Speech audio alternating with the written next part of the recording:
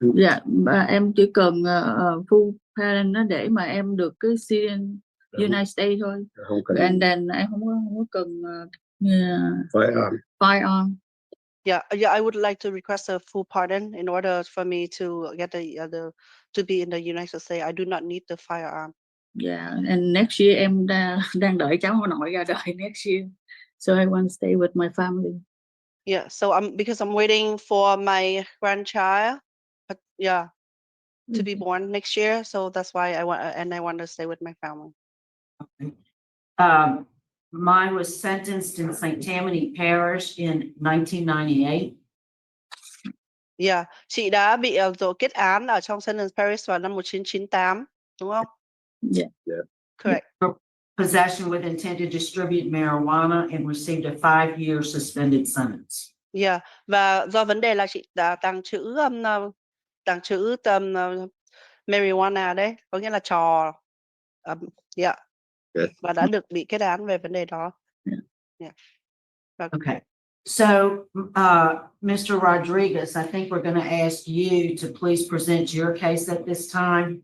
Mai has already told us why she wants to stay with her family. So we'll defer to you and ask you to present your case. Yeah.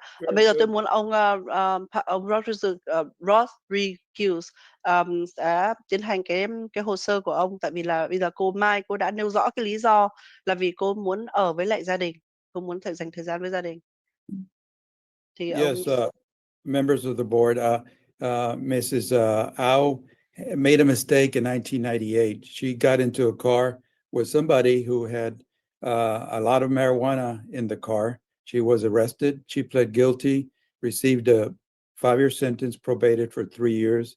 And since then, she has not had any other offense, has not had any serious offense other than traffic, perhaps any tickets maybe, not even that, she says. But she has shown through the past 26 years her character.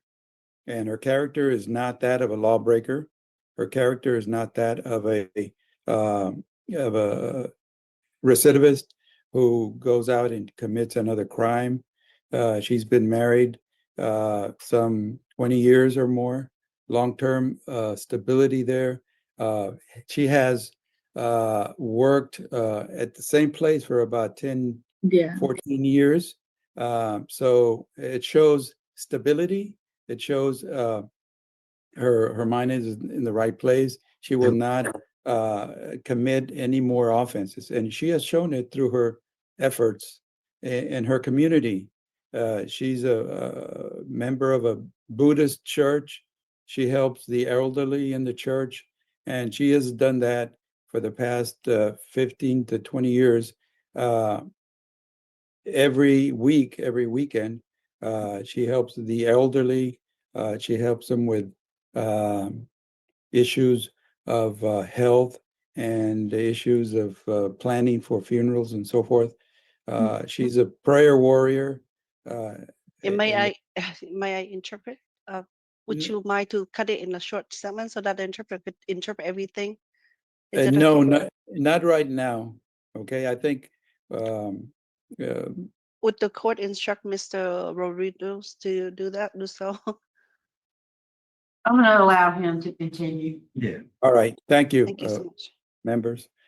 So if the board sees her record, not a good record to be arrested and taken to court, so forth, but she has shown through her actions that she will not violate any laws anymore.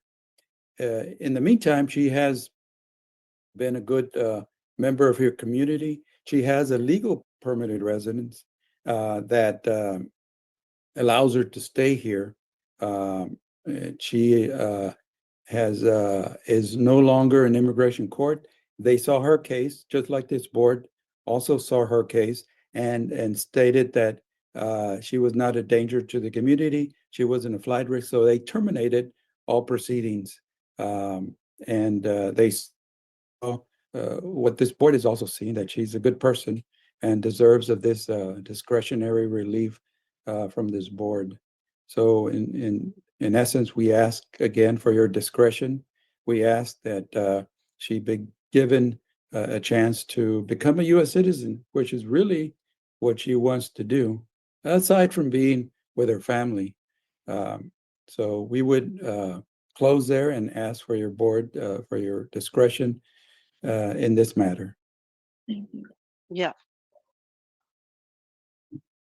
Ms. Stapleton, your case, do you have any Yeah. questions? I just agree that she was 17 years old when this happened. And she didn't have anything before. She hasn't had anything after, no problems. I really don't have any problems whatsoever with this. She's had a cleansing period that is long enough. And she looks like a good candidate for me. Yeah, would you let the interpret this for her? Thank you. No, thank you. No, thank you.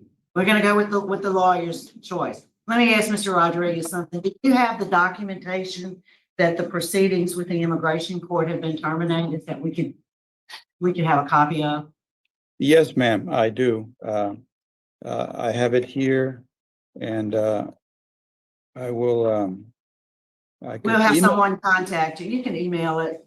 We'll have somebody call you for it. Okay. I Yes. think we're prepared to vote. Okay. Ms. Stapleton. My vote today is to grant the pardon. With, She said she didn't need firearms. Am I correct? You didn't need firearms? No. Correct, Judge. Yes. Right. Wanted a pardon so that you could become an American Mr. citizen. Prager. That's. I concur. Grant without. Mr. Prager. I concur. Great cleansing period, good community service. Mr. Tillers. Grant without.